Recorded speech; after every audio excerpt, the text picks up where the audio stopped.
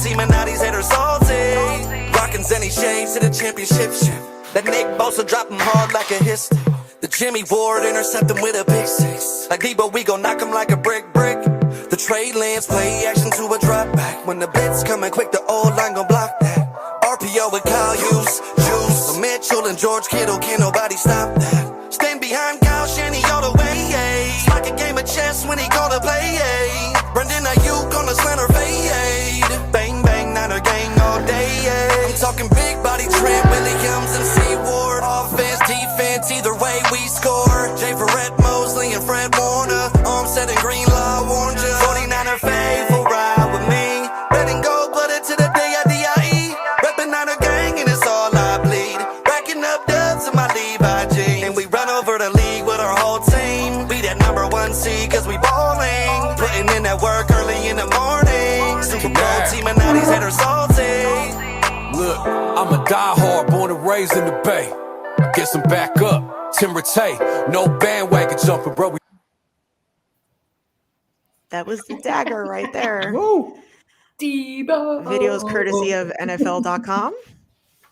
What's up, everybody? Welcome to IE Sports Radio. I'm Niners Jess, along with Ty Alston, Maddie B, and your girl Bex. We are the East Coast Red and Gold. What's going on? What's up, everybody? Hey, hey. Hello, friends. Life is good. What's up to Niner Sickness? We got Beto in here. Beto in the house. Thanks for joining us. So when I get envelopes, I'm sending you your towel.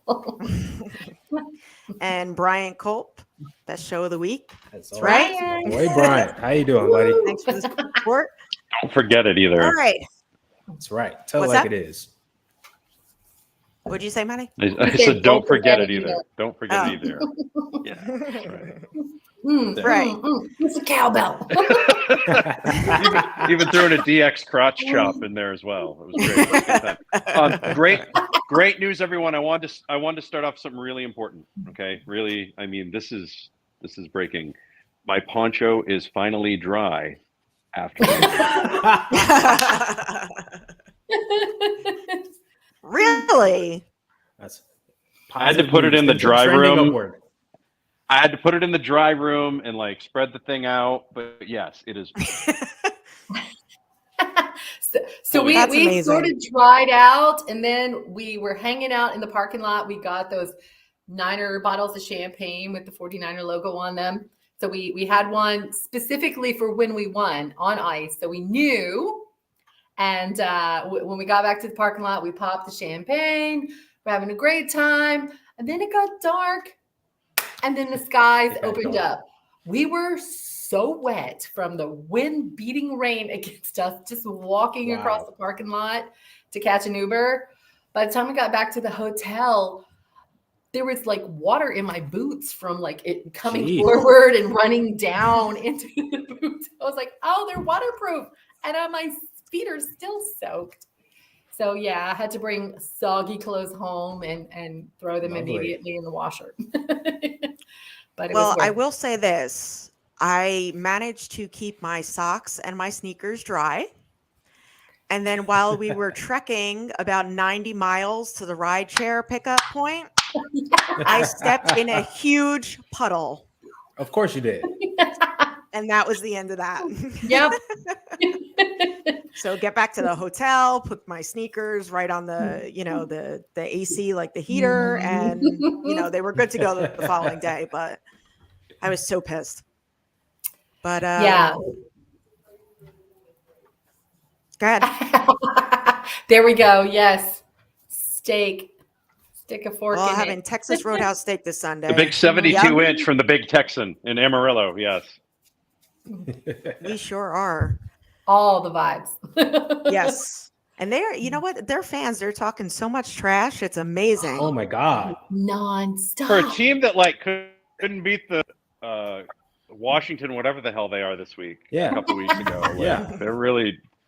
They're dropping all the bombs. Like shout out to them for their confidence, man. But at the end of the day, like that's what they do, right? They're the Chihuahuas of the NFL.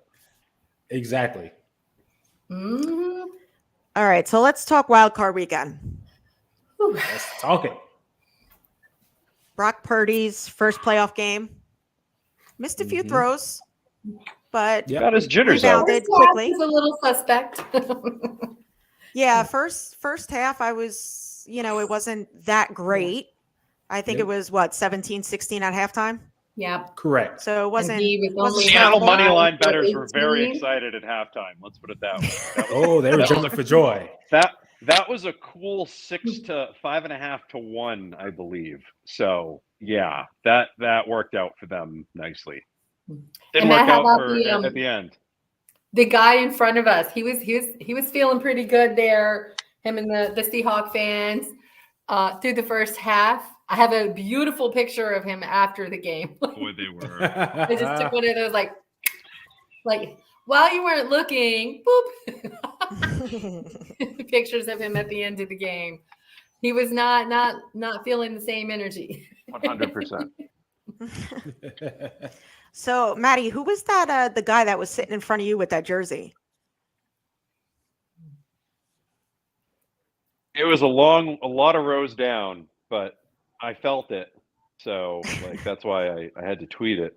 I was that's hats off, sir. Right?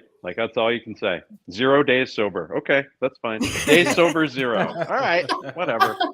Oh, I didn't see that. Good luck, sir. And then and let me tell you, there were quite a few people there that definitely met up with that because yeah. Yes. I need to give you. Hold on. Let me back here. All right, here we go. Doctor Strange. Please don't get so drunk that your friends have to carry you by each arm out of the stadium. Oh, wow. I'm not saying that because I saw one of them. I'm saying that because I saw at least double digits. Many, right? Stop it. Guys can see his face if I can. There. That's awesome. Right? Look at his face. He was all full of it right in front of us for a little while. And then by the end of the third quarter, beginning of the fourth quarter, we start to put the nail in the coffin. And that was his face at the end of the game. He knew. Starbucks ran out. There was a guy at halftime. He was standing by the front row, and he just kept going like this. They're all during halftime, just like this. And we were like, "Oh my God, will you sit down already?" And then all of a sudden, but the wrong way. He was going like this instead of the other way. But and then third quarter, everything started to turn around, and he just disappeared. So that was it. No doubt. He flew the other way at that point. Yeah. Backpedal. Yeah, seriously.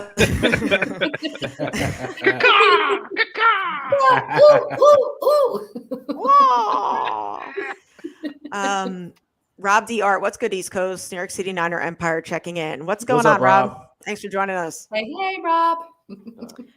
We got to do something at Yankee Stadium this year. We really do. While we're talking about that, I feel like that's going to be a thing.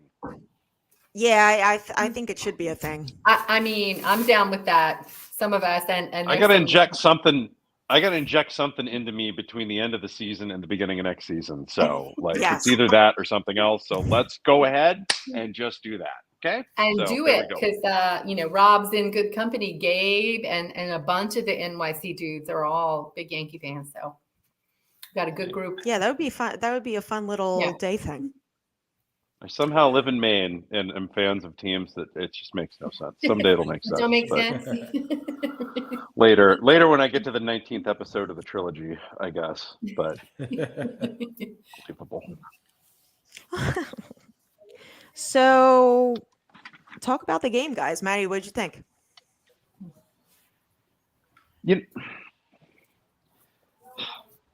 It's almost like just what we get every week, right? They kind of middle around in the first half. We can't believe they didn't finish them off in the first half. They let them hang around. Team throws the kitchen sink at them through the first and second quarters. Other team barely stays afloat, gets and scrapes and claws their way to a lead. And then the 49ers come out in the second half and say, we're the 49ers. And then they come out and just lay a whooping on them. and this has just been happening. Like the Raiders game was really the only one where they weren't able to pull away in the second half. And that's just because they didn't just throw the kitchen sink at them. They threw the kitchen sink and then the vacation home's kitchen sink as well. So, like, the Raiders were able to hang into it for a long time. Plus, it was Vegas week. You know that things probably went down that week. I don't care what anybody says about going to the Strip. You were full of crap. Stop it. We saw the Instagram photos. I promise you, those sons of bitches weren't taken at 6:30 at night. Okay? That's all I'm going to say. That is all I'm going to say about Vegas week. End of discussion. So, at the end of the day, that's what happened, right? They come into the second half at halftime, and they're like, oh, guess what we need to fix? Couple quick things. That's it. So what does that show me? It shows me that every week we've got the coaching advantage, because it seems like every week in the second half, surprise, we're better than you, right? It also shows me that we have more depth, shows me we're healthier, and shows me that the rotations are going better because teams are wearing down in the second half against us. It does not matter who it is. They're wearing out. Not a single defense has stopped this offense in the second half of a game this year. 38 points is like the mid-water mark, and now all of a sudden we're creeping above that. It's beautiful to watch. Gorgeous. Do you have an issue with us? This may sound crazy, but I heard this earlier. Do you have an issue with us not starting fast and then making the adjustments and coming back in the second half and, pulling away? See, Yes. jump in. Go ahead, Ty. Go ahead. I'll jump in after. I want everybody to go. No, yes. but this, if you look at this game, we actually started fast. It wasn't from a point perspective, but we moved the ball. And like you said, Purdy started out rough, but Kyle dialed up some plays where like Jennings was open for a touchdown. And, the ball was just overthrown. DEEBO was open earlier in that drive for a big play. And, the ball slipped out, overthrown, whatever. Plays were there. The execution wasn't there. Mm-hmm. Yeah, the execution just wasn't there. Then from a defensive standpoint, we were just shooting ourselves in the foot, allowing them to stick in the game. It went both. That's the way it went in the first half. We kind of just shot ourselves in the foot, which kept this thing close. And we only wound up with 14 points at the half, or 16, whatever it was. So, if we executed in the first half the way we did in the second half, we could have put a 50 on them easily. Mm-hmm. So I think it's just a matter of, honestly, because you had what, 3 field goals in the first half, right? Yeah. You had 3 field goals and the one touchdown. So let's go ahead and add 12 points right there. We're already at what, Exactly. 54, 53? So exactly. They left at least 2 other touchdowns on that field. Yeah. Absolutely. We took our foot off the gas, at the end. So. And that's against a bad Seahawks team. We let them hang in there until the third quarter. We can't do that next week. Those field goals have to be touchdowns. The big plays that were given up on D, we can't let those things happen. I mean, to me, the first half was really sloppy. I think the defense was I don't know if they didn't think the Seahawks were going to come try to play smash mouth football, but I think they got taken back a little bit and were a little surprised at how hard they came in to play. And they put us on our heels a little bit. And then, of course, the miscues. They got pressure on Purdy, and I don't know if he was having some nerves with his first playoff game or whatever, but he overthrew. Players were dropping balls, and he just wasn't that accurate. And he was under pressure a lot too. So I think everybody was not playing optimally. The offensive line let pressure get to him quite a bit, and he to his credit, he's far better, quick-footed and fleet of foot and able to scramble and make plays out of things that Jimmy would have taken sacks. We know Jimmy would have been on the ground. He'd have been smothered, and it'd have been awful, awful to watch. At least Brock Purdy is like, ooh, ooh, ooh, and making something. At least he runs out of it backwards and makes everybody nervous. And at least can turn some things. turn that around and make a play or throw it away rather than take the big sack, which is what Jimmy would have done. So, you know, to his credit, he kept us, I would say, at a level, you know, the boat was taking on water, but we weren't drowning, you know, like we weren't listing or ready to sink. So, you know, he had a rough, I think, early start. The defense was like, I'm like, how late did you stay out last night?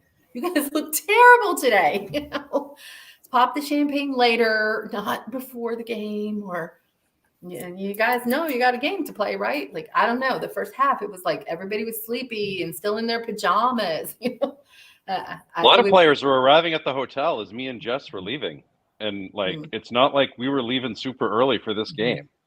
So it's like, what?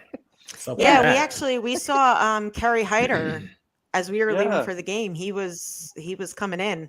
You know what the problem was? I didn't take a picture with any of the defensive guys, and I should have, because I think that changes the mojo right around. Well, if I just grab Kerry Hyder, he clearly had the damn time, right? Stop. They're feeling the bias, Jess. They're feeling the bias. But for sure, you know, we can't play like that next week. That whole first half, letting them stay in that game. And I mean, if it wasn't for the turnover, they were down to score and tie it up or take the lead literally into the third quarter. Not the way. And we put up 500 yards of offense. That is not the way you want the game to flow. It doesn't, I did not like the game at all. You know, I say this every show, and I'm going to keep saying it. Good things happen when George Kittle gets the ball.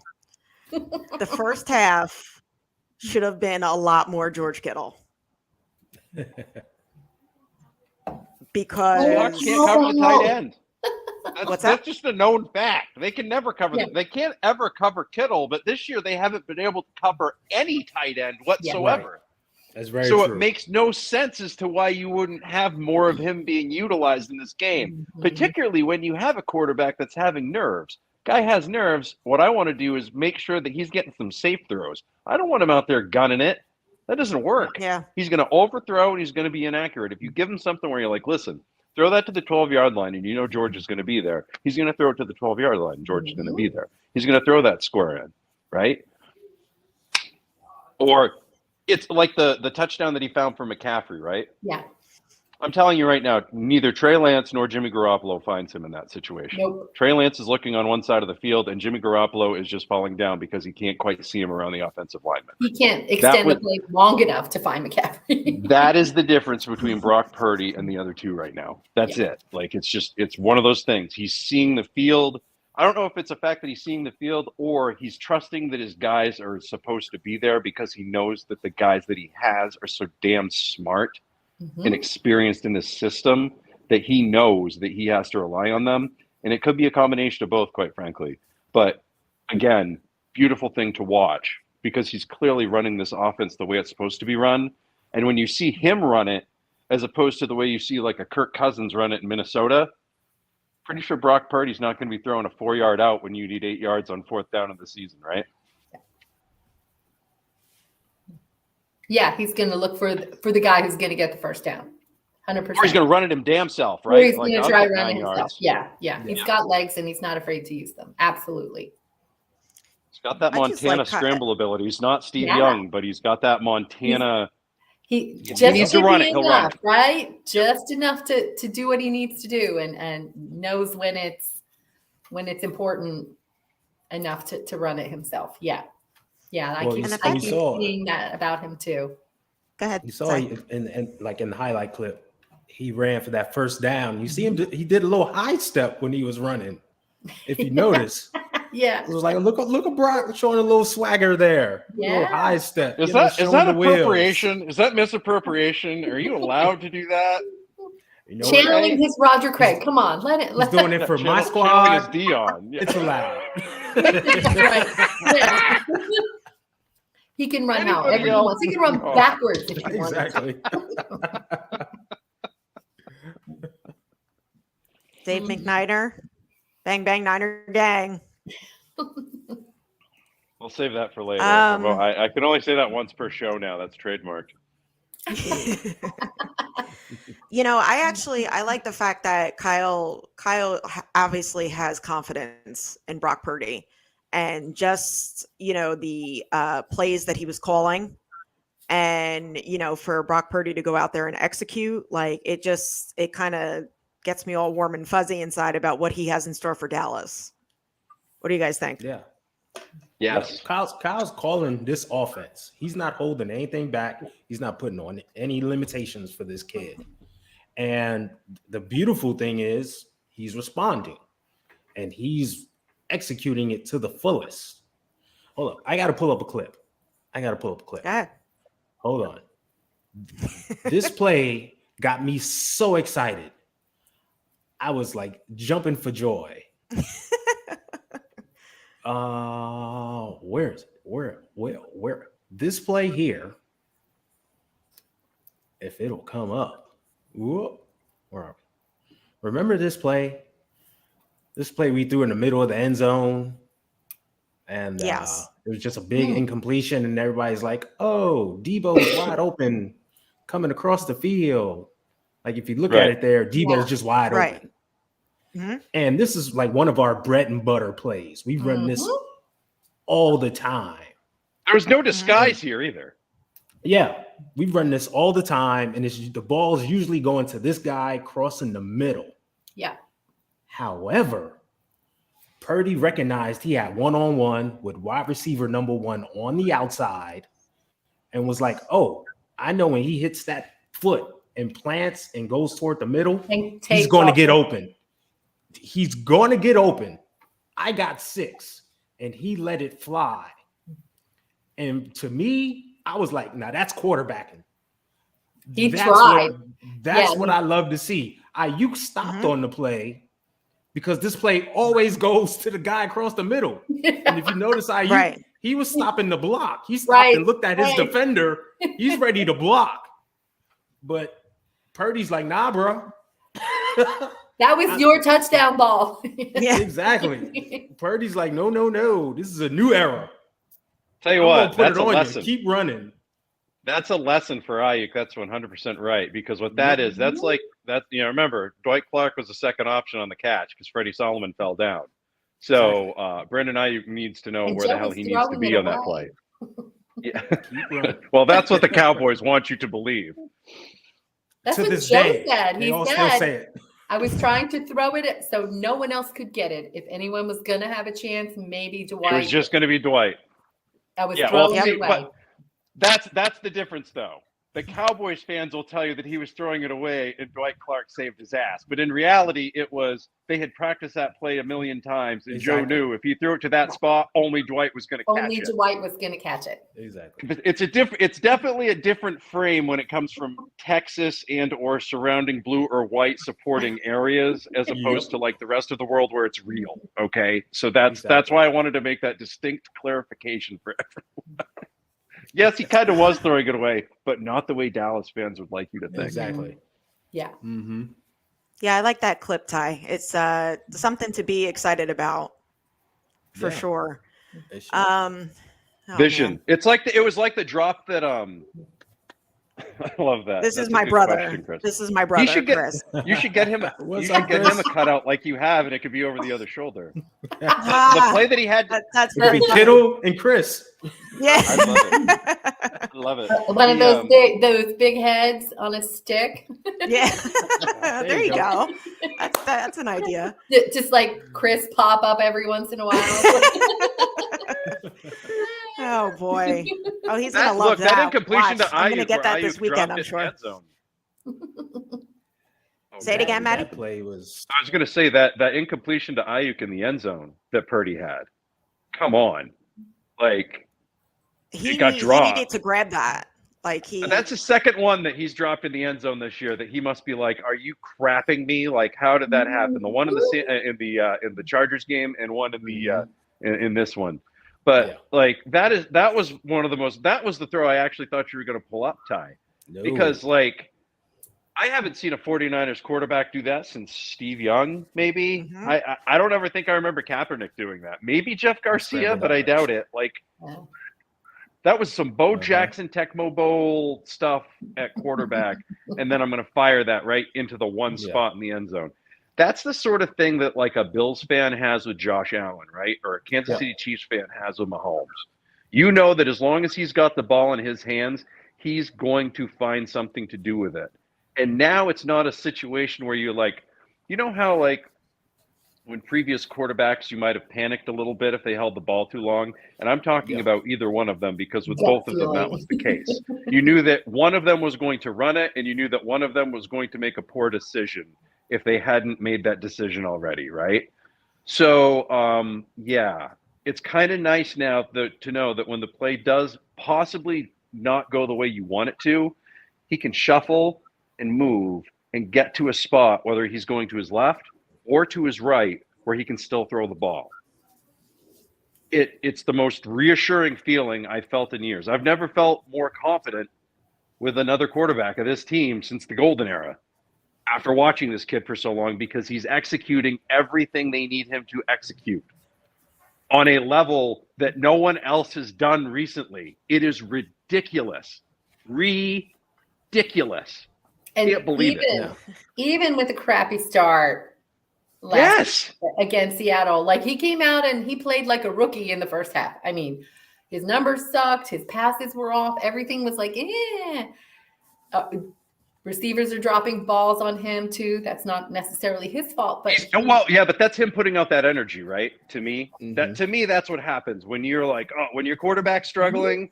You're gonna press that little extra. Right. Well, let me get that extra yak. Oops, I looked away and dropped it. Like, you're putting that energy out when you're playing like that.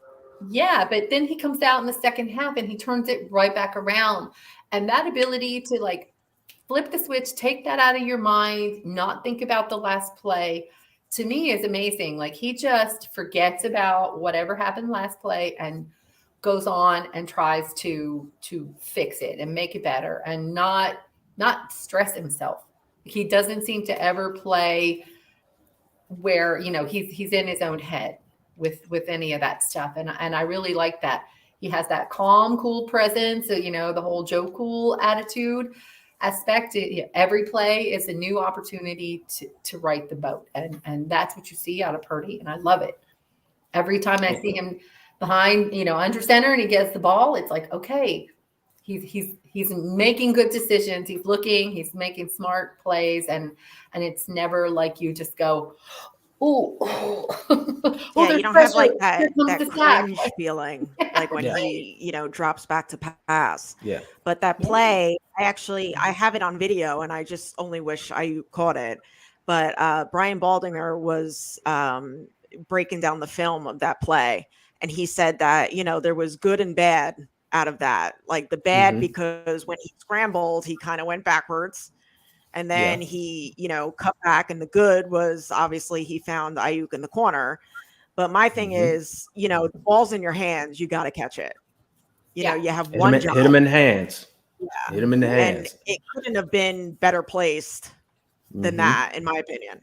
In that situation, no way. There's no way you could do that. But to me, that's just the sort of thing that, like, it basically goes to show you that nothing's impossible with him, right? In Brock, we trust. That's where it's at right now, period. With Brock, we rock. That's how it is. Yeah. Rocking with Brock. If it's Brock, we rock. Yeah, that's it. Yeah, this is why we were excited coming into the season. When Trey Lance starting, this was what Trey Lance was going to do. But the skill sets are similar. A guy who can use his legs, buy time, and can deliver the football. We're seeing Brock do this stuff. This is why we were so excited. This is why we were happy to move on from number 10 and get some new blood in here that can do some things. And we're just seeing it come into fruition with Brock. And how can you not be excited by it still to this day? I mean, we're on cloud 9 right now. Yeah. With number it's 13. Exciting to watch. I mean, yeah. Absolutely. It's kind of like there's level up quarterbacks and there's power up quarterbacks, right? Like your level up quarterbacks are the ones that bring you from where you weren't all that great to now where you're competitive. And sometimes you're winning games you're not supposed to, but at the end of the day, you're probably losing to the teams that are just better run than you, even though maybe you have more talent, right? Steve DeBerg, right? Jimmy is a good one if you really want to look at it like that, right? In terms of that. Drew Bledsoe was a good one, right? Heck, even, Jared Goff, right? Like at the end of the day, he was the number one pick and gone to a Super Bowl. However you want to word it, like that still worked. But then there's the power up quarterback, right? Where you go from, okay, we're competitive and we're winning some games, and then we're really winning games that we shouldn't be. We're losing games that we shouldn't be, but whatever. We're just happy to be here. And then there's your power up quarterback that takes you to that next level, right? Joe Montana taking over for Steve DeBerg, Tom Brady taking over for Drew Bledsoe. Insert 15 other ones here. Patrick Mahomes for Alex Smith, right? Level up and power up. And it's almost like somehow Brock Purdy has become a power up quarterback right in front of us. We can't even believe it. Yeah. That's the stunning part of it. Like that's been the difference thus far. It's not a huge giant difference. It's not like, it's just, but it's a big enough difference. I think the order of magnitude is that he's Mr. 262 and coming in playing like a first round, quarterback draft pick. So I think what happened in Buffalo. That astonishment level that is there as well. That like, who can believe what Brock Purdy's doing from being the last guy, and playing like he should have been a first round pick, right? But you get that in the NFL. Being not drafted. Period. Right. But you get that in the NFL, whether it's quarterbacks, running backs, receivers, whomever. There's always some late round guy or some undrafted guy that comes out and you're like, wow, how'd this guy go so low or not George Kittle drafted? Like, how's George Kittle a fifth rounder? Elijah Mitchell. Exactly. Like, this is why I'm so excited that we're getting all these third round picks. Screw this. Bring them on. Screw first and second. First round, second round picks. We don't need those picks. Screw them. I mean, come on, Bosa.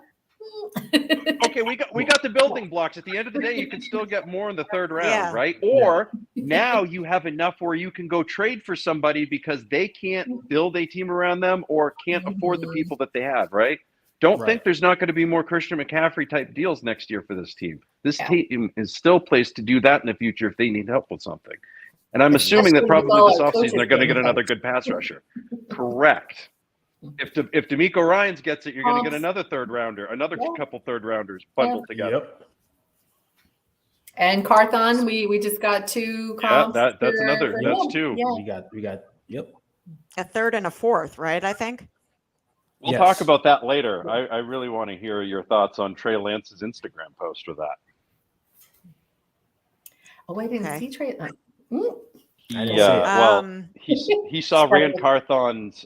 He posted Rand Carthon's highlight of getting the job at Tennessee, and he posted on his Instagram photo on his story 3 little prayer hands, like he's praying that he gets traded for it, or he's praying that it works out, or fingers crossed, or something. It was fingers crossed.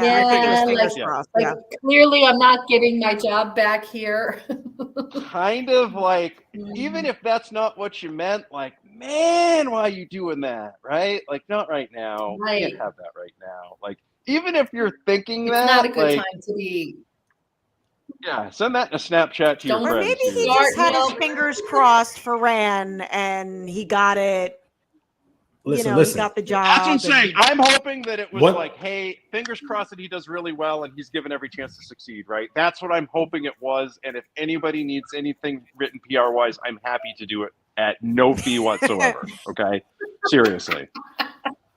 One thing we learned from the DEEBO Samuel situation without an S is we do exactly without an S, because they said it on the broadcast Saturday, is that we do not know the relationship these guys in the building have with each other and how tight they are. So a simple fingers crossed on Instagram can mean anything between those two individuals. You know what I mean? And Right. we're just out here speculating. Ooh, what is he saying? We got to stop. We have to stop. Correct. But that's not gonna. You know. Unfortunately, this is the world we live in now, right? That's why I was like, I needed a voice of reason, Ty, because I was just like, it's great. Like, I don't know, man. I just would have liked to see, hey, congrats, dude. Right? That's all I would have liked to see. It's a subtweet. He could probably called them on the phone and been like, congrats. You know what I mean? Right. Like, yeah, thank you. Okay. You can be a straight shooter and say what you really want, or you can subtweet something and put something out there that has a little hidden meaning in there. And I'm with you, Matt. I think there's a little subjective story behind that as I just watched it. So yeah. Whatever it means. At the end of the day, you're going to hear this for all the off season. What are we going to do? What are we going to do? Right? They're already talking about it. They was talking about it weeks ago. Yeah, they were talking about it after Brock Purdy's first start. It's going to get louder and louder and louder, and this is all we're going to start hearing in between games. Is really what it's going to be. Like as they keep advancing, like Super Bowl Media Week, guys, is going to be absolute hell because it's going to be like, what are you going to do next year? What if Jimmy's healthy for this game? Is he going to shoot back up? Is he going to be a backup? Could he play? Like, what about Tom Brady? Like, they're going to the stuff that's going to happen during Super Bowl Media Week is just going to be ridiculous. It's going to be tabloidy almost. That's why I hate seeing this happen now. But at the end of the day, they budgeted last year to have Trey Lance and a developing 7th round rookie quarterback in for their salary cap. So no matter which one of those two is playing the majority of the time next year, they're already basically like budgeted for and taken care of. So, and they would actually lose $10 million if they traded Trey Lance. So unless they get some ungodly thing from the Titans or from someone else to get Trey Lance is here next year and probably the year after as well. And guess what? If there's anything we've learned this year after copious years, you need depth in that quarterback room. I don't care who is back there. I'm sorry you're not playing, but guess what? You'll probably get your chance because there's a curse of some type. Thank you. 2 thumbs up, my friend. Yep. You hit the nail on the head. And that's what these media types are completely ignoring and not talking about. They're just throwing out their rhetoric. What are they going to do with trade? They could trade Trey Lance and blah, blah, blah, and all this good jargon. Yet, we got 2 guys, cheap as heck, that can do what Kyle wants and keep us going. And we got good depth, a good quarterback room. And that's what's most important. Yeah. Also, in addition to that, this is the hysteria that's going on. All this talk about, Purdy, Trey Lance, will one get traded? Will they trade, blah, blah, blah. While they're talking about this, they're also saying, oh, guess who's going to join the 49ers next season? They look terrible in the red and gold, by the way. Yeah, right. Tom Brady's going to join the 49ers next season. Aaron Rodgers is going to join the 49ers next season. And it's like, wait a minute. We already had this conversation. Exactly. Right. We've had it for years. Go to both. I mean, this came up this week. Rodgers is not going to be in the conversation because of the amount of money someone is going to have to just eat to get him. We're not doing that. 60 mil. You got to Pac-Man in 60 mil. We don't have the money. We're extending Bosa and a bunch of guys in contracts. We won't have the money for him, and I'm not sure we want. I think he's got a crappy attitude. So no, I don't think we want him. The one guy that has maybe a chance to be the backup for a Purdy would be Tom Brady. Come finish your season. If you want to back up our guy, sit on the bench, come home, retire as a Niner, whatever. I can maybe see that happening if he's willing to negotiate his price, but he's going to have starting opportunities in plenty of places if he wants them. It's going to be a matter of whatever he wants to do.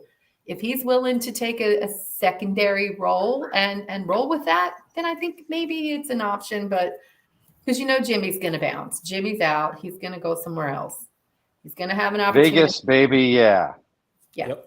Somebody's going to offer him a nice contract. Right. So here we are with Lance, who is still very, very raw and needs some time to develop. And maybe you bring Tom in for that reason alone to help develop him along. But I mean, I think unless something bad happens to Purdy, it's his job and his show at this point. He's already. Did you see Tom on Monday night? Yeah, right. Do you really want that on our team? Well, hey, listen, I'm not saying Tom is the Tom of old or any of that stuff. But if you want a backup, a quality backup who's got some, 7 rings under his belt and plenty of years of playing, it's not a bad option sometimes. Look, we were happy we had Jimmy. Put that into perspective. We were excited that we had Jimmy Garoppolo as the backup quarterback to come in and start for us. So I don't know. I see Tom over Aaron if either one of them even happen. But I think they both have starting jobs elsewhere and probably not realistic options for us. If Aaron or Tom took a team-friendly deal, does that change anything? Nope. They could take a team-friendly deal with us all day. The problem is their cap hit that they currently have can't be negotiated out. So you're still having to suck in about $60 million if you want Aaron Rodgers. Now for Tom Brady, there is no cap hit. I think he just gets he's a free agent. Yeah, he's a free agent. So he's just going to come in. Could he take a team-friendly deal? Sure. But I don't think he's going to take a team-friendly deal to come here for a couple of different reasons. One, he's going to want to be the number one guy. And frankly, I don't think they're going to want to give up Purdy, who already knows the system, to do everything else, right? Nope. Two, his kids live in Florida. He's not going to go live in San Francisco, in the San Francisco Bay Area, and be away from his kids that long. My guess is it's either Miami, Tampa, retirement, or possibly Carolina, only if Sean Payton gets hired there. Those would be the only 3 I could see, because he needs to be somewhere south on the East Coast near the kiddos in some sort of close fashion. And I'm sure he's still got enough money even after the crypto collapse to fly back and forth between Carolina and Tampa or wherever he needs to go, right? Like you're just trying to think of that from a life thing too. But I really think wherever Sean Payton ends up, he ends up or he retires. That's it. I don't see Tom Brady here at all. I think if Brock Purdy hadn't been unearthed, I think you very well could have seen Tom Brady here, because they may have thought, boy, if we don't get Jimmy, we should probably have somebody here to compete with Trey, right? Because they do like to compete in the locker room. Yeah. So, and I don't think that's a competition that Trey Lance would have been set up to win so much, right? But they still would have had to put it out there as a competition.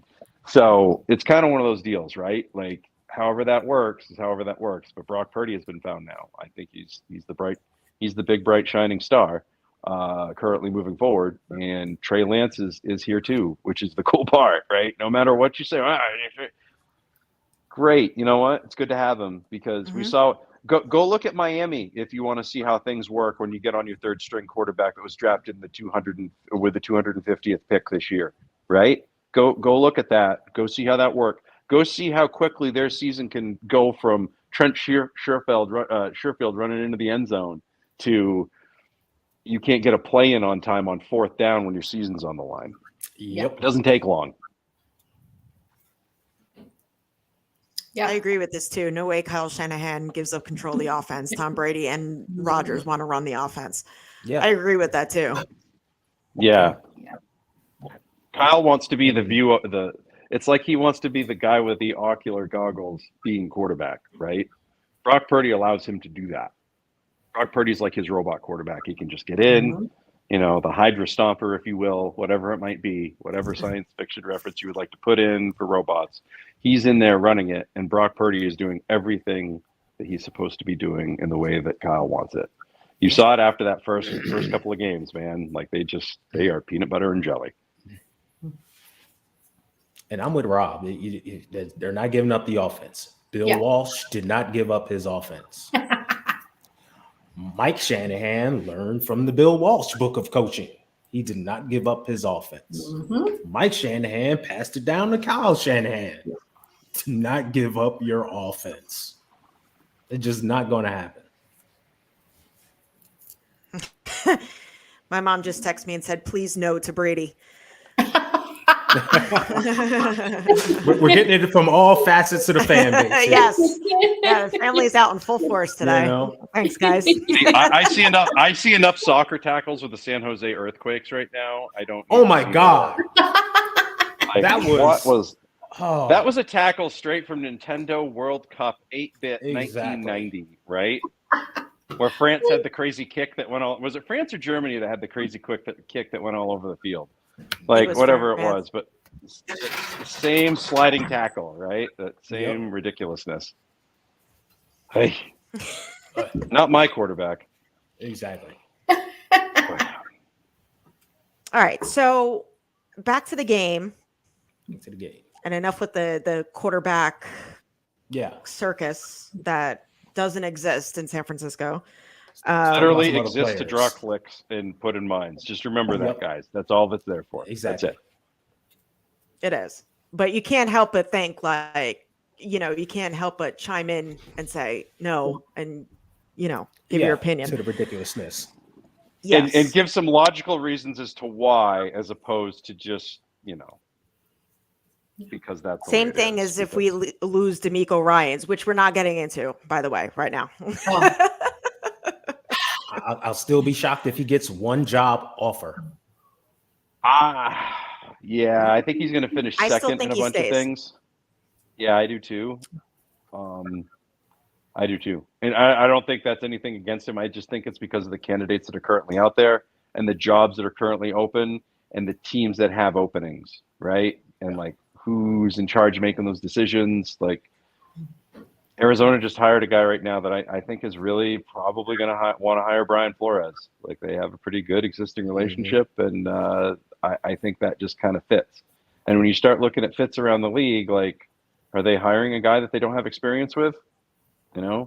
Big story up here is who's getting interviewed for offensive coordinator in New England. Well, a lot of these guys that maybe didn't coach for Belichick certainly played for him for a long time. Keenan McCardell, Adrian Clem. Like there's definitely a rhyme or a reason. There's an existing relationship there. They're not just like, oh, hey, whatever. That's how it is around the league. It's not just people get all like, all nepo baby about everything, but it's not just that. It's also a familiarity baby, right? Exactly. Like it's all who you know. The devil that you know.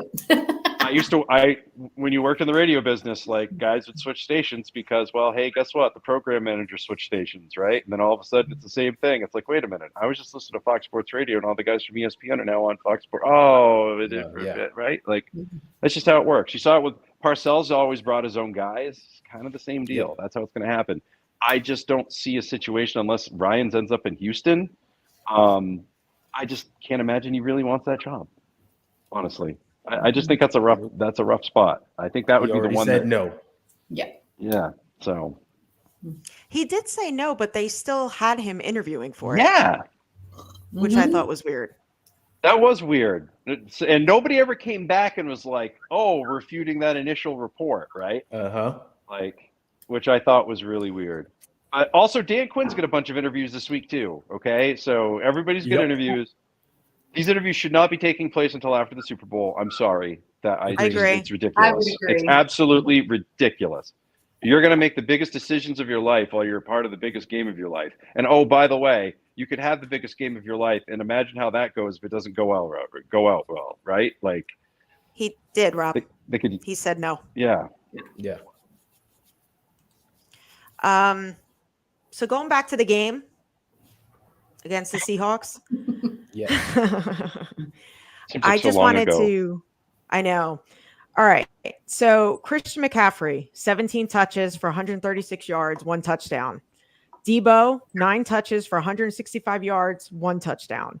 BA, 3 touches for 73 yards. Mitchell, 11 touches for 27 yards and a touchdown. George Kittle, 2 touches for 37 yards. A lot to go around. George Kittle needs to get more involved. Brandon Ayuk wasn't his best game, but I think his best game is going to come against Dallas. Go ahead, Maddie. What were you going to say? Is it 3 touches with the 2-point conversion?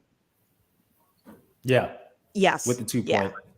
Okay, so let's give that, even though the 2-point conversion apparently doesn't count, even though the 2 points counts, which never makes any sense to me. The dumbest thing ever. We'll say he had 3 touches and 2 points, but it was weird because Seattle is terrible against the tight end, and they're always terrible against Kittle. So it just doesn't make any sense to me. And if you look at some of the way the routes are being run, it's not like he was really featured as a runner. But Seattle wasn't bringing the blitz either. I think they only brought a blitz like 12.5% of the time during the game. So, like, do we need to keep him in for protection? I didn't see that.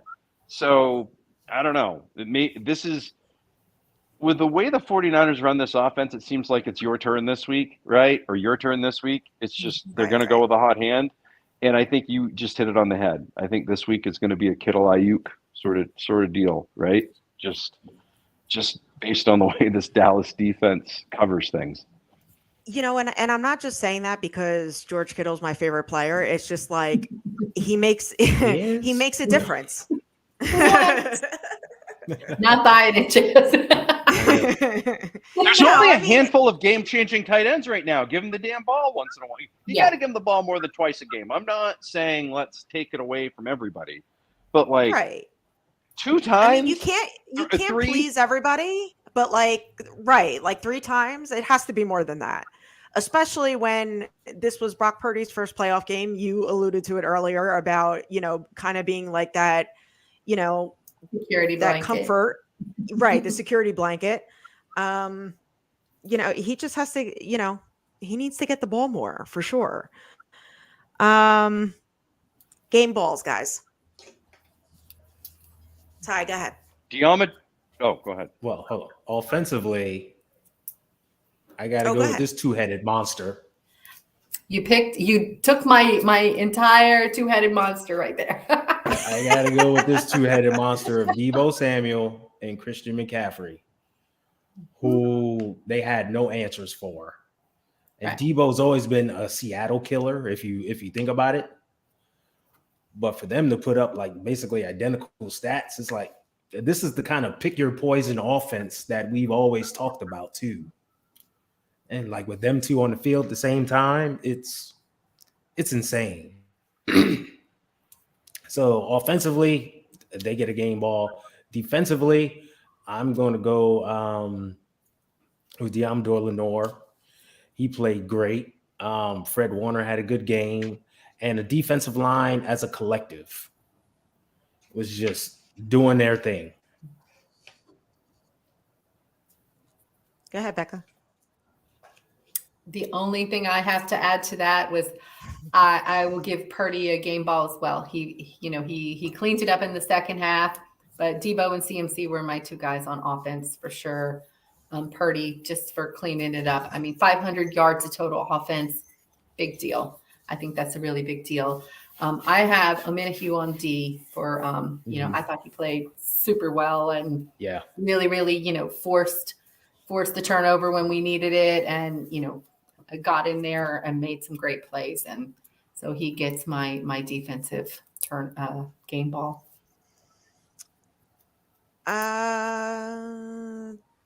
Maddie, why don't you go ahead and answer this? I love that name. You could call that toast or whatever.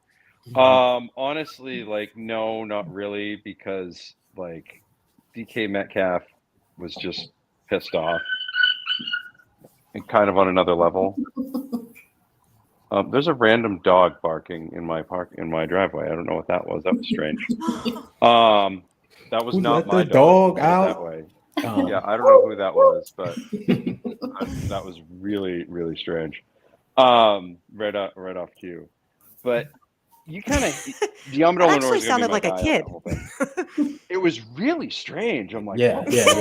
I was like, it sounds strange. I'm like, the neighbors' dogs occasionally come over here, so I'm pretty sure that's what happened. But okay, dog made an maybe appearance. close that door in a little bit. They'll be fine. We'll be fine. If I don't make it, tell the kids I love them. But when you're talking about this team and this game and the whole thing, you're talking about a situation where, specifically with Metcalf and Ward, they've seen each other so many times already. during the season. Like, they're going to know their stuff. Metcalf was PO'd, man. Like, he's going to, sometimes a player like that is just going to get the best of you. And that's exactly what happened. And depending on the way the defense is set up, maybe he wasn't really set up for success in that situation, right? So I'm going to chalk that up to whatever. And frankly, I'm going to chalk most of that game up to like nerves and like, again, this is kind of a level up game. You're going from regular season to playoffs. And some of these players haven't played a ton of meaningful minutes in the playoffs and haven't seen it. Purdy being a prime example of that, right? Ward was in Kansas City last year, but like he didn't see that different. It's still a difference, right? It's still a difference to me.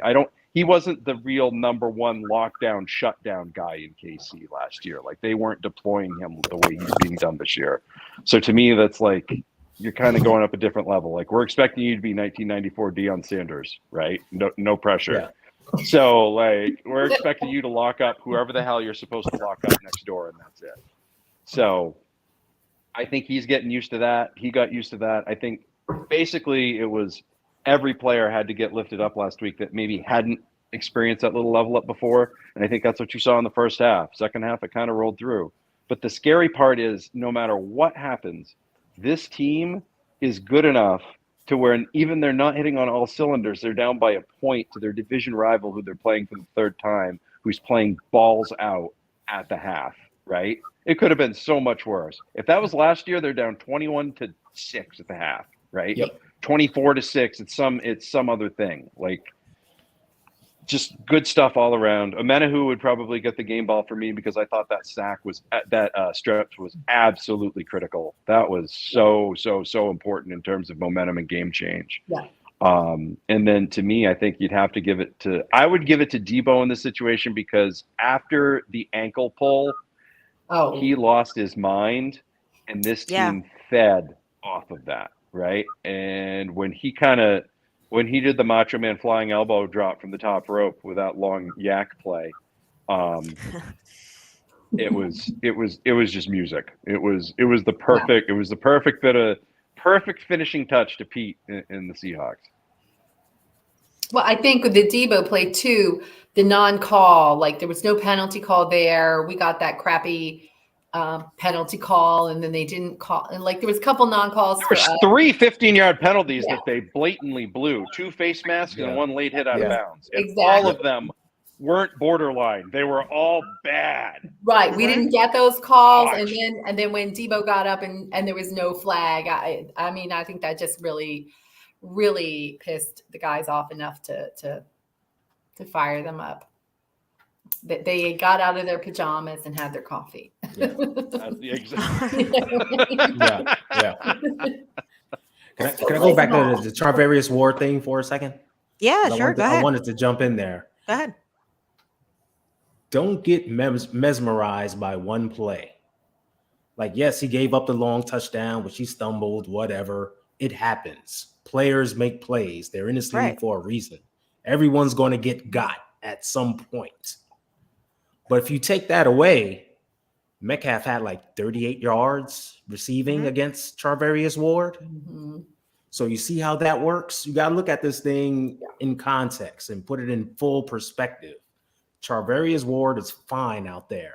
Is he going to give up plays? Everyone gives up plays, but he's going to get his also.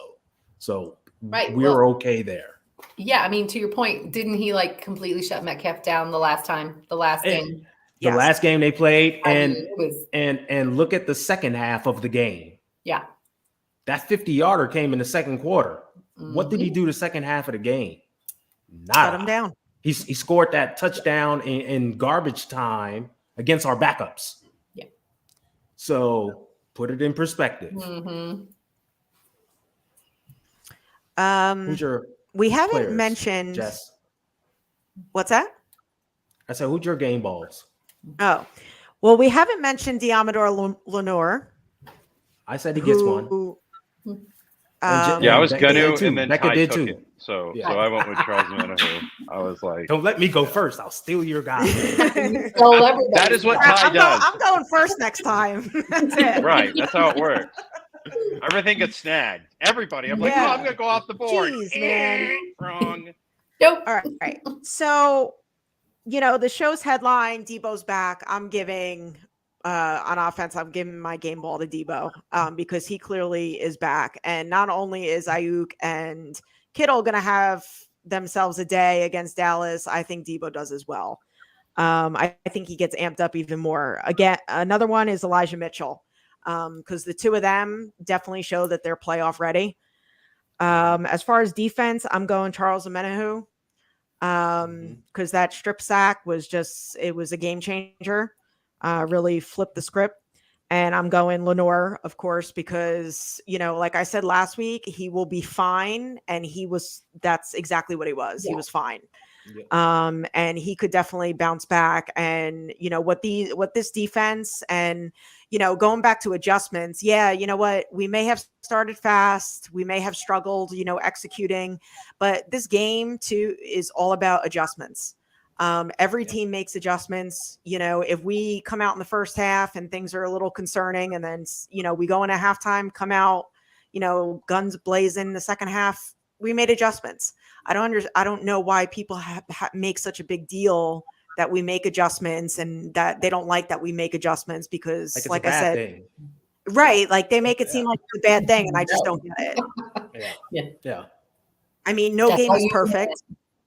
Yeah. And correct. if you watch 49ers games, our games are not perfect. We win by whatever means necessary, right or wrong. Literally the last two perfect games they've had were the Colin Kaepernick game against Green Bay, but even our defense wasn't all that hot for that one. But really the last perfect game they played was the Super Bowl against Denver. Yeah. Oh wow. The last one. That was perfect. And that was a long time ago. That was a long time ago. That was start to finish. There was literally not a single doubt, right? Yep. Like that was the famous story about that one was Bill Walsh was an executive and he went in after the first quarter and he basically congratulated Bartolo. He's like, "Congratulations, you just won the Super Bowl if they don't make any single adjustment after that." And they didn't, right? Like they got torched. Yeah. So like that was it. And that's a long time ago. The Tampa game, like even as much as you'd want to call that a perfect game, there were a couple big plays in that one that got called back by penalty because Tampa couldn't stop shooting themselves in the foot, right? With dumb stuff. Not like that long touchdown bomb, for example. Like just one of those deals where that kind of happens sometimes. All right. Oh wait. Hold on. I got one super special, super duper, ultra magnetic game ball I got to give out. And that's to our coach, Kyle Shanahan. I thought you were going to say Robbie for not missing. Nope, not Robbie. Robbie should get one too. But I got to talk about our coach. Because for all the that went on this year with Fire Kyle and this and that. Third quarterback. We're on the third quarterback. I don't want to hear it anymore. Right. Hands down, Coach of the Year. Remember all the talk of Kyle misses his assistants. He can't do anything without them. This is his assistants. Collectively, they put up 15 points in an NFL game. We're doubling that on a weekly basis. Ty is definitely winning his slide game today. Yeah, but Kyle misses his assistants. You know what I mean? I don't want to hear that ever again. And then Kyle doesn't motivate his players. He doesn't understand them. He doesn't do this. He doesn't do that. You know what? He had his players back on this one. Look at our coach. Look at him walking through them. Shoulder check. Look at him doing shoulder checks, bumping them in the chest, talking trash, having his teams back. I need to make a clarification after Ty's done on that, by the way. I don't care. That's our No. This is good. This supports you. This is 100%. This is our coach. You know what I mean? So I don't ever want to hear anything bad about our coach again. Go ahead, Matt. Remember last year when Sean McVay jumped onto the field after that touchdown in the regular season game, right? I thought that was kind of one of those a-hole moves because you're not really sticking up for your team in that sort of situation. You're kind of out celebrating with them during it, which frankly drove me nuts. What Kyle Shanahan did wasn't even close. He basically came over and was like almost like the overprotective mom when her son gets hit too hard in the game, right? Yeah. And I loved it. I loved every second of it because he's coming out there to just be like, look, I'm sorry that your coach won't tell you this, but I will. You suck, right? Or whatever it is, or stop doing that, whatever it is, whatever he did, right? I don't care what he said. I don't care how he said it. The fact that he did that was awesome. And you don't see him out there trying to get high fives on the field after a play, right? Like, he was out there to do that to defend his coach. So if you ever hear a Rams fan or somebody be like, oh, well, you got McVay went on the field last year and everybody ripped him for it. Totally different scenario, totally different thing. That was the clarity I wanted to bring to that. Yep. And what did Kyle do after that? And when they started playing again, he ran the ball right down their throat. We saw pissed off Kyle. Go back and whoop their ass with a one-armed quarterback. He went straight to bully ball and just ran it down their throat. I love it. Possibly a half-armed quarterback, depending on how injured he was, and depending on the surgery he had after the season. Like, No, I'm talking about this game, the Seattle game. Oh no! After the DEEBO pull and all that. Oh yeah. It ran down their throat. About the last year's game. 6 straight runs. No, same deal, right? Like, same deal. Like, oh, you gotta hit me in the mouth. I tasted blood. Now you're dead. Like, that's basically what it is with Kyle and this team right now. Like, okay, that's great. You guys finished? You good? You got that all out of you? Because now I'm going to kick your ass. Exactly. That's what basically it's come down to. And you know what's amazing to me? Jim Harbaugh didn't get this much hate. Because he didn't stick around long enough to get it, right? Oh, I Here's don't the know deal. about that. Jim Harbaugh stuck around long enough to get this, is going to always get the credit for getting this team out of the doldrums, right? For whatever it is, because he was the face of that. He will never get blamed for losing that Super Bowl, even though he did, right? Literally directly lost the Super Bowl with his absolute stupidity and game management and costing Frank Gore that touchdown, right? And we played and his not brother. Utilizing Frank Gore even more on the two thing, or losing to his brother, or any of the other stuff, right? It just so happened that the guy that he replaced was underperforming, and the team was underperforming under that guy. They then overperformed under him, so he will always be fondly remembered. And the way he left, and it was framed as though basically like he was getting run out of town, which, fun fact, he was, because the general manager was a turd bag a little bit, which, again, fun fact, he was, allegedly. So I love your fun facts. Sources the internet. So, like, what... Like, what are you going to do at that point, right? So he's going to get this memory because he brought the 49ers out of the doldrums. And frankly, there was a huge chasm there from the last time they were in the playoffs to when they were good again after that little bit, right? There were some dark ages there for quite a while. So for a lot of times, like, he was Moses and he parted the red and gold sea and brought all these other 49ers fans back into the fold and got them interested again. When you talk to some 49ers fans that are at these games right now, like they talk about how their favorite player is Patrick Willis or Frank Gore because that's the first one they remember. And I want to throw myself off of something because like they don't remember. Same. They don't remember Brent Jones, Fred, or Fred Dean, or Jesse Sapolu, or Steve Wallace, or Michael Carter, or like Bill Romanowski. Like, say the name Pierce Holt to someone. They'll be like, Earl Cooper, and Wendell Elliott. And they're like, what? Yeah. Made up Madden's names? Exactly. Like, no. Any of them. Freddie Solomon. Like, there's so many. Dwight Clark, yes. Joe Montana, yes. Steve Young, yes. Jerry Rice, yes. Those four are going to be known. Yeah. But the rest of them, like, some of them, you're like, oh, hey, who? Yeah. What? Right? Huh? Like, so... That's why Harbaugh doesn't get it. His shelf life wasn't. Yeah, it was short. His bread didn't get moldy, right? You didn't see his moldy bread. Like it got off the shelf first. If you'd seen his moldy bread, there you go. You would eventually get that, Reynolds, right? Hacksaw Jim Reynolds, right? Like same deal. Yeah. All right. All right. Anything else on the wild card weekend? Okay. By the way, how long has Kyle been the coach of this team? Since year 2016. 2017. So 2017, 2017? right? 2017 Okay. season, yeah. So this is year 6. 2017. So let's do the math. I'm going to use my hand here. Okay. Uh-oh. Technology. This is high tech stuff, sir. 2018, 2019, 2020, which we count as a year, even though the whole year was bullshit. 2021, 2022, 2023. So he's technically, this is year 5, right? This is 2022 going into 2023. This is year 6. Okay. We're completing the 2022 18, 19, season. 20. This is the 6th year. Okay. So this is year 6. The reason I asked this is high tech math, people. High tech math. Matt for the can't last count 8 years, I can't. There's no way.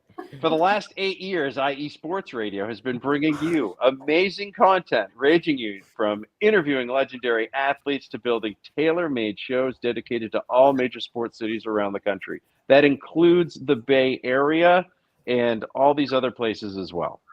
All the while, it's continued to be by the fans and for the fans, and with your help, ready to take the next step. Go to the website, iesportsradio.com. You're going to see the Patreon link. There's 5 different tiers on there, and the first one starts just as little as $5 a month. Trust me, I know you're getting coffee that's more than that, and that coffee is probably terrible. This donation is going to get you shout-outs on all the shows. Higher tiers include merchandise from IE Sports Radio, access to Podcaster U if this is something you want to do, and, of course, a chance to be featured on a segment of the flagship show, The Defining Moment. I don't know if they have a song, but if they do, they should have one, like the one for the NCAA Final Four. Thank you all very much for continuing to make IE Sports Radio your direct feed for all that is sports. And, again, that is iesportsradio.com. Thank you for the math and that transition, gang. I was told there would be no math, and then I brought it myself. Exactly. You see that? You brought it on yourself. And don't forget to like and subscribe to us. Yes. We appreciate it. Clown Man dropping in to support the cast. Sup, Niner Gang. Keep going. Thank you, cool man. crew. Thank you so much. Thank you. All right, moving on to the divisional round. Dun, dun, dun, dun. Exactly who we wanted, right? Like, and maybe we could say we wanted Tampa, but we've kind of seen that episode before, right? Like, Yeah. I saw Brock Lesnar and Roman Reigns 7 times. I don't need to see Yeah. it again, right? Nope. I need to see something different. Give me something new. Give me something fresh. And this is Dallas 19 wins, San Francisco 18 wins, and 1 tie. That is the overall thing with these 2 teams right now, right? So this is the even up. And it's the revenge game for last year. And the fun one for me was Dallas fans in Tampa chanting, "We want San Francisco." Oh, my we God. want the 49ers. Shut your face. You lost to this team last year with a half-armed quarterback, a quarter of a game plan, and a defense that wasn't as deep or as healthy last year either. Like, Nope. that 49ers team last year doing and going as far as they did should scare anyone looking at this team this year, because this team is way better than last year's team. Way better. I'm sorry, kids. Like, I don't get it. Like, I don't get this whole ride this Cowboy wave. I don't know if it's just a national thing and everybody's just dying for the Cowboys to be good again. It's the fact they won a road game for the first time since the Clinton administration, or the Bush administration. I think it was the Clinton administration. A long time ago. It was a long time ago. Yeah. It was a long time ago. I am pretty sure TLC didn't release an album later that year, after the Cowboys won their last road playoff game. So kind of in my mind on that is what I'm thinking. Like, that is a big thing for them. And now all of a sudden they're just going to go win 2. That I find that really funny to me. On short rest. On short rest. On And, short oh my rest, God. yep. Reminds me of that Bill Walsh quote about there's always something with the Cowboys. They were tired. They weren't themselves. Shut up. Like, I actually saw a tweet that's someone had said, a Cowboys fan had said that, we have the same sorry ass secondary as last year. We don't, but No, I don't think so either. Okay. If it was sorry last year, why couldn't they light it up? They scored 17 points, and their final play of the game was a quarterback draw. Thank you. If it was such a raggedy-ass secondary, if you're talking about such a raggedy-ass secondary, shouldn't you be able to throw for 15 yards against a prevent defense? Or am I'm confused? You're way off base. Is your definition of raggedy-ass secondary different from mine? That's what I'm curious about. I don't know. Don't let the facts get in the way of your argument. I don't, 17 points. What 17 points? We literally score that accidentally in the first half. So stop it now. Is the San Francisco D-line better than the Dallas D-line? Ty? Yes. We have more depth, and we can get after the quarterback better and stop the run better than they can. It's just a fact. I mean, it's not even hyperbole. Like, it just is what it is. They have their base guys that, normally stay in the game. We can throw anybody. We've seen it this season. We've thrown multiple people out there and are able to hold up front. So ours is better. Yeah. Becca? Yeah, I agree. I mean, I think the depth piece is the key for me is, we seem to just have the next man up, and we have great rotation with our guys that keeps them fresh. And our defense plays 4 solid quarters. And, you don't see that with everybody else. And I think we're going to see that with Dallas this week, where come fourth quarter, they're going to be gassed. They're going to be tired, and it's going to show. What's up, No Border Sports? He's giving his round of shout outs. What's going on, Ryan? Maddie, I want to add something about the D-line. I know they're talking a lot of trash about this because Micah Parsons and then Nick Bosa did not have a sack last game against Seattle, and that somehow makes them better. Okay. And it's like, Micah gets a hold of Big T. It's like, okay, Seattle stayed away from Bosa. Yeah. They double teamed him, and when they didn't double team him is when you saw all those quick passes. They purposely stayed away from him. That's the only reason why he didn't get home, because they planned for it. So don't think he's just this nobody. So keep poking the bear. You saw what happened with DEEBO. Keep poking the bear. Go ahead, Matt. It's also easy when you can hold them on every play. It's fine. Right? Get away from him in like a chokehold. That fucking chokehold. You just put it right on the bottom platform there. You don't even need to climb the steps. Thank you. My grocery order's coming, guys. 9 and 10 Eastern time. No fee. Good times. Good times. You never know what's going to happen here. Random dog that we got the random dog, yelping. And now the grocery guy's coming out of nowhere. Groceries are here between 9 and Who's 10. Next, ladies and gentlemen? Stay tuned. You should tell him to come and say hello. Yeah, the bear is going to be getting your garbage next, right? I actually got cut off at the gas station today by a Seahawks fan. Fun fact. Huh. Yeah, I'm like, whatever, buddy. You can have that gas. You go right ahead. If that's all you've got, I don't know what to tell you, right? Like, that's what it is. And that's correct. You are correct. Nick Bosa, that's to me why you need somebody like Superman-ish on the other side as well. Because if you do that, they can't do both, right? That they need that Von Miller type, that additional veteran pass rusher that's gonna tear some stuff up on the other side. I think for them to take that next leap into elite territory, and I think you're going to see them get that in the offseason. I think they thought Drake Jackson was going to be that, and that hasn't quite happened yet. That's like Justin Smith and Aldon Smith. Yeah, Justin Smith, Aldon Smith. But it goes back to the rotation, the collective. Yep. Like they double team Bosa, stayed away from him. You saw Eric Armstead get a sack first series of the game. Charles Omenihu had 2 sacks. They did get pressure on him. Once again, they played a quick game. they were getting the ball out on some short passes. They knew that Geno could not hold on to the ball. Exactly. So we can see Dallas doing the same thing because our line is better. Yeah. Mm-hmm. But don't you also think they were rotating Bosa out quite a bit too? I think giving him rest.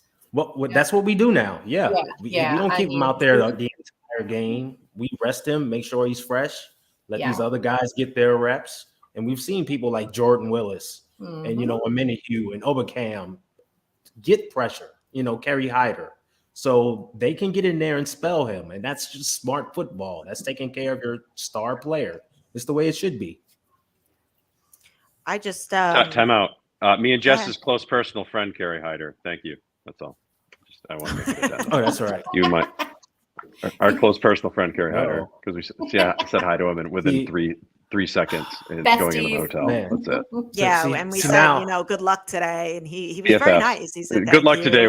Yeah. And you could tell that he was very happy that we didn't ask him for anything else, right? Because he was probably late. I really wanted to get a picture with him, but you can kind of tell, and he was kind of. It seemed like he was in a hurry. Obviously, yeah. He seemed like he was in a hurry, so I was kind of like, it's all right. Now, Jess's BFF Kyle Shanahan is going to hear this and get jealous, and be like, "Oh, she wants a picture with Kerry Hyder now." Okay, I'm number 2. We might see 20 straight runs on Sunday. FU runs, right? I'd like to see that, by the way. I'd like to see that would I would like to see that. I would definitely like to see Just that. that little reminder that we can still power grade somebody. Yeah, I was shoulder to shoulder with Christian McCaffrey on Saturday when he was walking He's through. not a tall dude. No, he's not. I think his mother's height. Yeah. He and I are like the same height. Low center of gravity.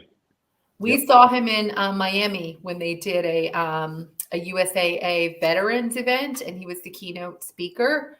Jenna is a veteran, so we all were invited to come in and listen to him talk. So we did get to meet him and see him, and I was a little surprised at just how not tall Christian McCaffrey was.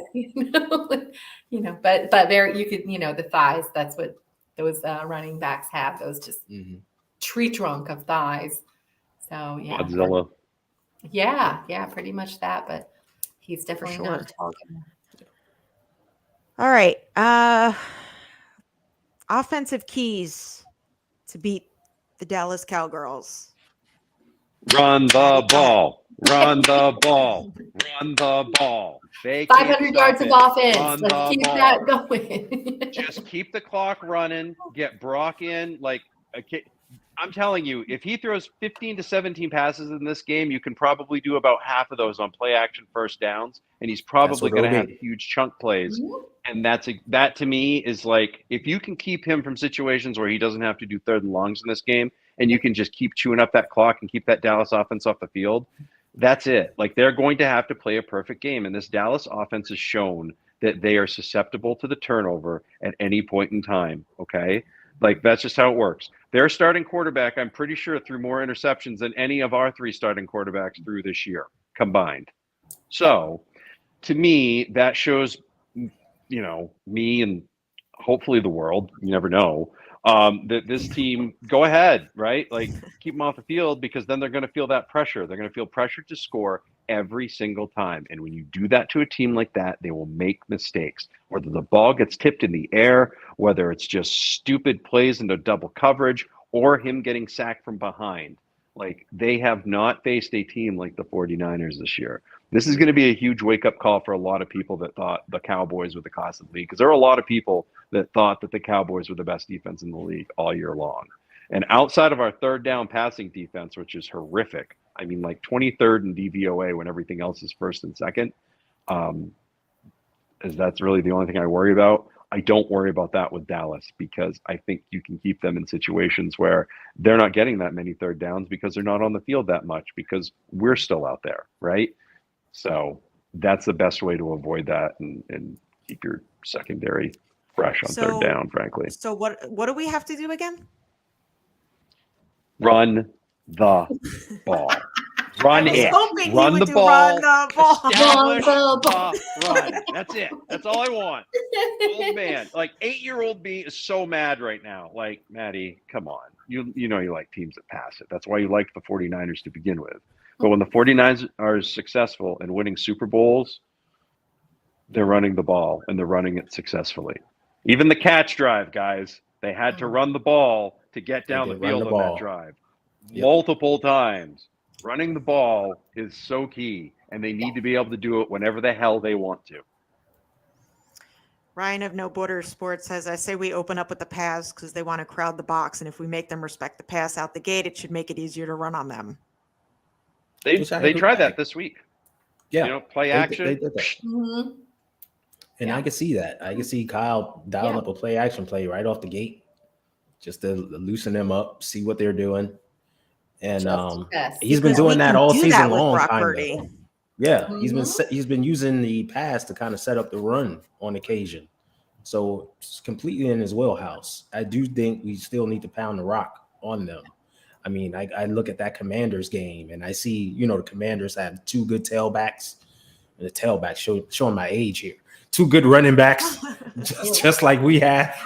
It comes out every now and again. I'll send you a walker.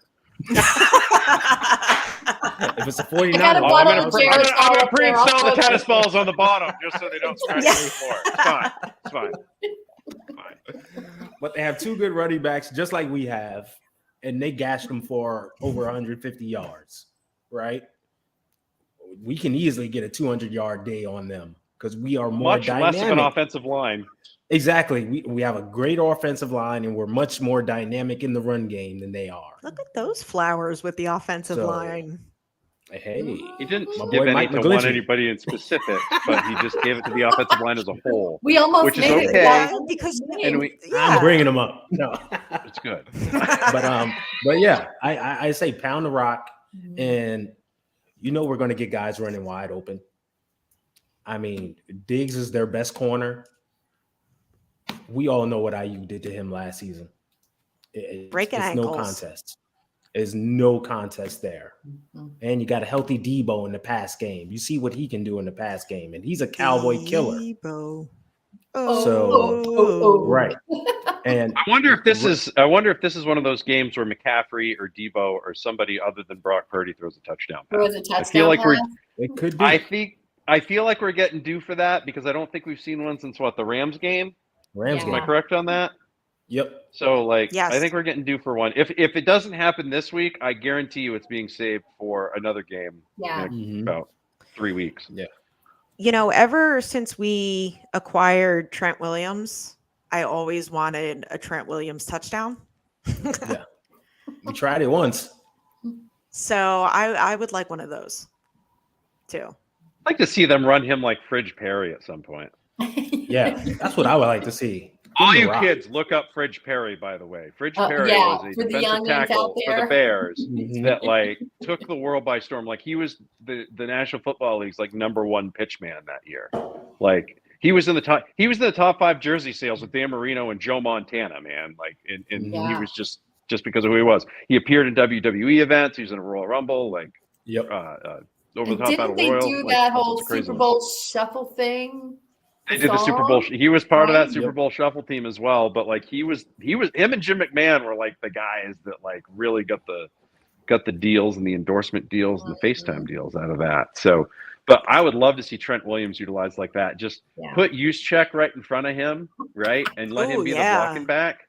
Yeah. Because Juszczyk owes him. Kyle, I hope you're listening. Kicking his ass on that block. Yeah. And just run Trent right up the tailpipe. Stop that. Tell me who's stopping that. I need someone to tell me who's stopping that. I don't think you do anybody. If you really want to do well, put Charlie Werner or somebody like that, or put another offensive lineman in the backfield behind him and push the whole thing in. Let's go all the way in. I don't care. Get that. Let me text my source who could relay that message to Kyle Shanahan. Make that happen. Make that happen. Trent Williams with the ball. Yeah, my connection. Doesn't have to be this week. At some point, I would like to see that just whipped out. Pure entertainment right there. Yes, 100%. 100%. I think we definitely have to start fast. Yeah. But executing the plays. Yeah, execute. I wrote no dropping the ball. Yeah, ball in hands, catch ball in hands, please. Catch ball. You have one job. Yeah. One job. Yeah, I agree. I think we have to start fast. We need to get up on the scoreboard and hold on to a lead and not let them hang in there like we did with Seattle this past week.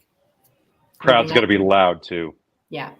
I think that the crowd was loud, this past game, but I think we're going to be a hell of a lot louder because it's Dallas. Mm-hmm. It's Dallas, yeah. And the weather's going to be nice. Yes. Yeah. I think it's going to be great. I don't think we're going to need anybody to pull an ankle to piss everybody off this week, because that's what between them and the officials, I thought everybody in the stadium was going to explode. Oh, So Oh yeah, and then we broke out into a chant that's towards the refs, and right. I don't know if Ty, you heard like part of the broadcast. I don't know how you want to go with that, but that's what it rhymed with. I missed that one. Meth. Well, like because part of the broadcast, I don't know, might have went silent, like as far as crowd wise. yeah. And I had heard that like at the, at certain parts, because it was kind of, that went on for quite a bit, that chant. Mm-hmm. They muted that out. They missed 3, and then the DEEBO ankle thing happened. So that's 4. So to me, that's 60 yards that you're not taking away from Seattle in any of those situations. And it was just getting to a point where it was ridiculous. Like, are you going to call anything? But you're going to call legal man downfield, right? Like, give me a break. Yeah. Stop it. Yeah, it was wild for a while there. It was not. The officiating from that game is going to be forgotten about because the officiating in the Jacksonville Chargers game was so much worse. Yeah. It overshadows. But yeah, it was not great in our game either. So hope that we don't get Dallas biased officials, but unfortunately the league is biased towards the Giants and Cowboys. That's just how it is. So, good luck with that this week. Well, we just can't let the refs, define our game. Define we the have game. to Don't keep it close for it. Right. What does the defense have to do to stop Dak, Tony Pollard, Ezekiel Elliott, the Dallas offense? Go ahead, Becca. I think, the front guys just have to get some significant pressure on Dak. When he gets under pressure, he throws ducks. And that's what we need. A couple of good turnovers to really, really sway the favor in our direction for the game. When the defense wins the turnover game, that's going to be the key. Ty? For me, that's what I think we have to have. I think turnovers, yes, because they are turnover prone. Mm-hmm. Defensively, like Rob said, just keep an eye on Dak. I think they're going to try to get him out on some bootlegs, get him moving a bit more. So we got to keep an eye on that. Their run game, I don't fear at all. I mean, Zeke is a shell of himself. You see that huge brace he wears. It's like he can't even run. He's basically a fullback now. Mm-hmm. Pollard can do some things, but I think we can contain him. And the only receiver that I really worry about, in honesty, is their tight end up the seams. That's it. Schultz. Yeah, Schultz up the seams. He seems to be a favorite target as a Dax throughout the season. He likes to go to him. So just keep an eye on him. And if our safeties are staying back and taking care of their keys like they're supposed to, it won't be a problem. And to your point about their run game, Pollard only had 75 yards against Tampa Bay. They were able to shut him down. We can't stop the run. I mean, yeah, that was it. Like, that's all he got against Tampa Bay. So, we should be able to hold on to that. I think having Eric Armstead and Javon Kinlaw in the middle helps with that. Mm-hmm. Yeah. Dak, I believe, was number 1 in the league with interceptions this year. Yeah, and he missed 5 games. Yeah. So that'll, as far as turnovers, that'll be key too. Darren Schultz, as Ty mentioned, we have to, keep an eye on him. And also, like CD Lamb too. I mean, he very quietly has, he strings together a few good games as well. Maddie, what do you think? To me, Tony Pollard is the X factor of this offense. It's really not a matter of if I think the 49ers can stop him. It's a matter of if the Cowboys actually want to use him. Tony Pollard does have the ability for this Cowboys offense to run and could be run the exact same way the 49ers offense is run through Christian McCaffrey. He can run the ball. He can catch the ball. He's a dynamic, steady player. If you're utilizing him correctly and not trying to kowtow towards Zeke or Jerry Jones because of that contract that Zeke held him up for, that's really what it boiled down to, right? Because then CeeDee Lamb is more effective. Then Dalton Schultz is more effective. A lot of their other receivers are more effective too, like Mike Gallup, Noah Brown. He's got good rapport with all of those guys. So every single one of our defensive backs is going to have to be on their toes. Our defensive line has got to get pressure, but not only get pressure, but keep him in the pocket, right? Keep him from getting out and breaking loose. This team does tend to allow quarterbacks. Even Geno Smith got a first down run the other day. That's gross. Every quarterback for the rest of the way is going to be mobile. Okay, all of them can run. Every single one of them. So they have to be accounted for as that 11th player.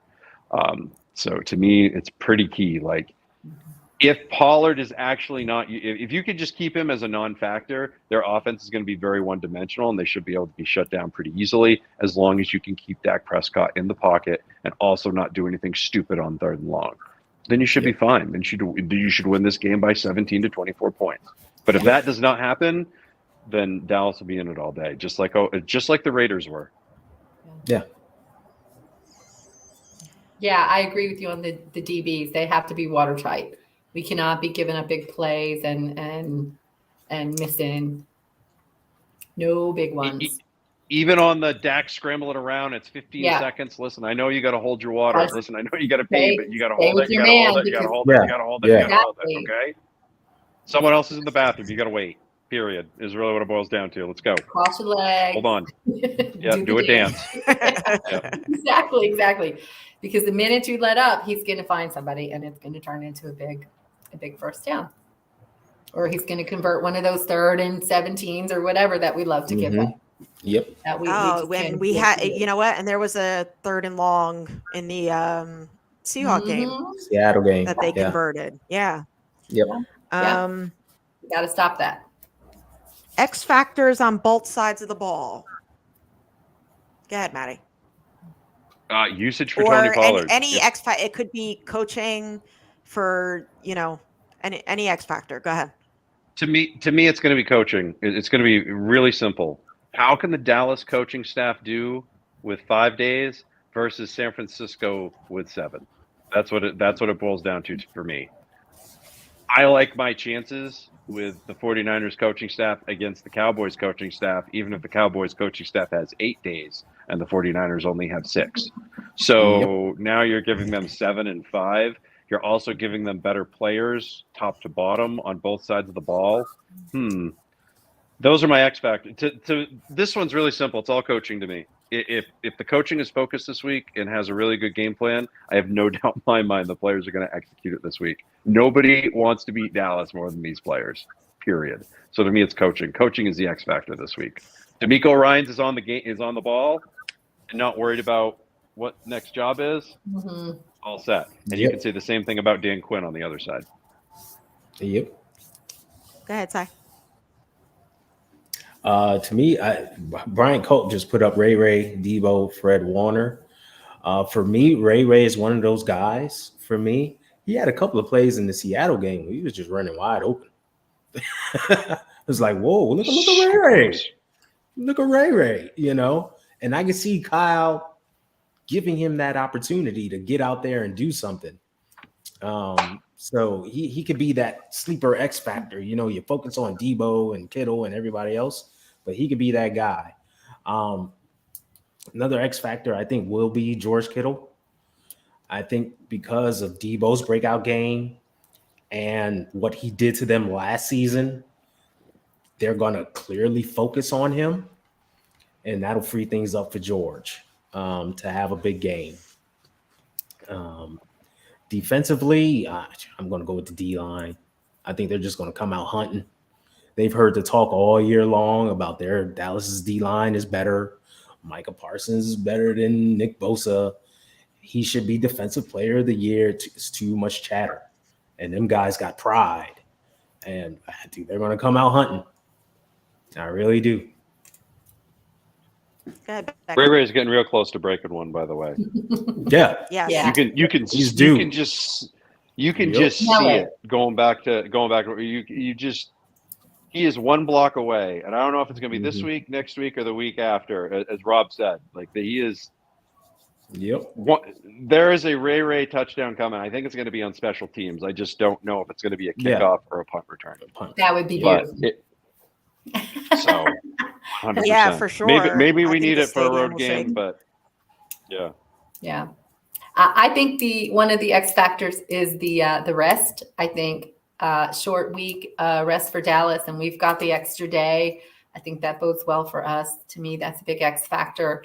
But I also think the offensive line has to be, able to give Brock Purdy time to make sure we can get the ball off, and we don't need him getting sacked and under pressure all day. I think those are, Trent shutting down Micah Parsons and stopping, all his talk all week.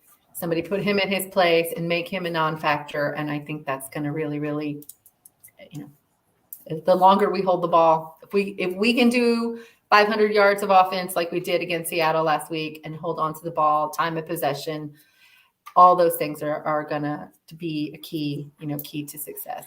No dropping balls, turning those field goals into touchdowns. I think we've got all the right.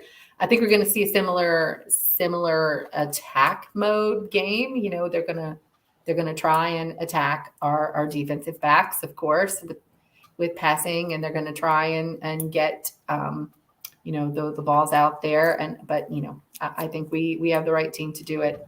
Certainly, I think if we hold on to the ball and wear down the defense, that's going to play into our hands in the second half of the game for sure. As Becca said, keep the balls in your hands, guys. Okay. Yeah. I Hold think on that's tight. a key point. Yeah, hold on tight. If that's Don't let that's go. what you're into. Do not let the ball. Don't let him go. No judgment. The conversations No judgment. that Let it right come into in the middle. I know. We don't have a guest. And now our guest. Between your legs, though, Matt. It's fine. We're not there. Don't have to. Not pulling anything out today. Gotta hold it on your butt and your feet, and then pull it up. No between magic your rabbits. Nothing going on. Yeah. Oh man. For me, mine is Kyle Shanahan keeping Brock Purdy in a rhythm and just going into that bag of tricks against these Cowgirls. Also, I'm going to go with DEEBO. I think DEEBO is going to be a huge key to the success in this game. We saw a little bit, little by little. We saw a little in the Cardinals game, and then he just kind of broke out a bit in the Seattle game. And I think we're going to see more of him in Dallas. And our defensive line, like Ty said, they're going to go hunting. And I agree with that. Micah Parsons is doing too much talking. And I was listening to, some comments today, like Brandon Ayuk, Nick Bosa, and they're just very chill, very, like just sticking to, how we do things. But I think obviously deep down inside, we want to beat Dallas, of course. Oh, yeah. Anything else on this game, guys? If you have an extra kidney, sell it so you can go. That's all I have for you. Thank you. No doubt.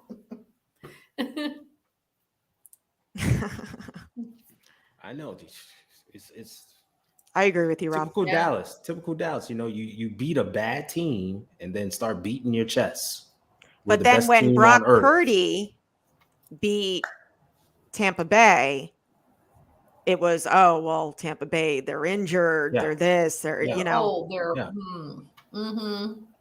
Ding. Ding, Yeah. ding. They're not beating the NFC South champions. They're beating, and the almighty Tom Brady. It's just, and there is a very big difference between a 45-year-old quarterback and a 23-year-old moving around. And I'll tell you something. One other thing about Brock Purdy, guy moves to his left better than every other 49ers quarterback I've seen, other than Steve Young, who was freaking left-handed. Other than Steve Young, yeah. Like, that's not easy. In fact, you don't even recommend it to a lot of these guys. I remember when John Elway used to do that. People used to lose their mind. I can't believe John Elway turned across the field, but he's got an arm and strength to do it. Like, people get all wound up when Mahomes does it sometimes, but he still usually completes the ball. Like, the fact that Purdy can even get himself in that position sometimes to get around that corner and throw it away, like, the yardage that he saves on so many things sometimes should be added in some sort of stat column somewhere, right? So it's just, he's doing some miraculous things right now, and I don't care how long it lasts. Like, this is a hell of a stretch. Enjoy the ride. Yes, enjoy the ride. Steve-O, run Trent up the middle. Telling you, Fridge Williams, baby, let's go. Exactly. So much fun to watch. They did it with Guy McIntyre. That was the whole thing. Bill Walsh PO'd Mike Ditka because he put in Guy McIntyre to be a lead blocker and actually Ditka gave stole the it ball from in the NFC title game. They called it the Angus play because the steak at the Canyon place, Canyon Inn. Canyon Inn. I think that's what they were talking about. Yeah. So like that was the whole deal. Like they called it the Angus play, and then they Ditka rimmed it out of the playbook and unleashed it against Green Bay on a Monday night the next year, and that's what unleashed Fridge Mania. So the 49ers were responsible for that too. Exactly. So yes, I would love to see them revisit that and put Trent Williams in the end zone. Yep. I knew what you meant, Beto. That throw. Throw to Ayuk, the scramble and throw. Yeah. Throw to Ayuk. Yeah, it definitely would have been a and he choked on the play, so I guess throw is probably perfect in this case. Yeah. All right, guys, if nothing else on this game or any other thoughts? Any other thoughts? All right, let's go to that hurry up offense and the 2-minute warning. Okay, we're going to start, and I'm going to start it off. Hey, everybody, look, 2-minute clock is up there now. And so for you young people at home, there's talk about a rivalry renewed with the Cowboys. I just want you to know something. It's not renewed. It never went away. They don't like us, and we darn sure don't like them. And we need to beat them every opportunity we can. Go Niners. Go ahead, Becca. Where's Gary Plummer when you need him with the T-shirt? So when we win, we can tell them exactly how we feel right here. The offense is gonna play lights out. The defense needs to play lights out. We're gonna win. We're gonna beat Dallas. We're gonna send their sorry it's back home. Let's do it. Go ahead, Maddie. The reason I am a 49ers fan is because I hate the Cowboys so much. Okay. It's been like that for a very, very long time.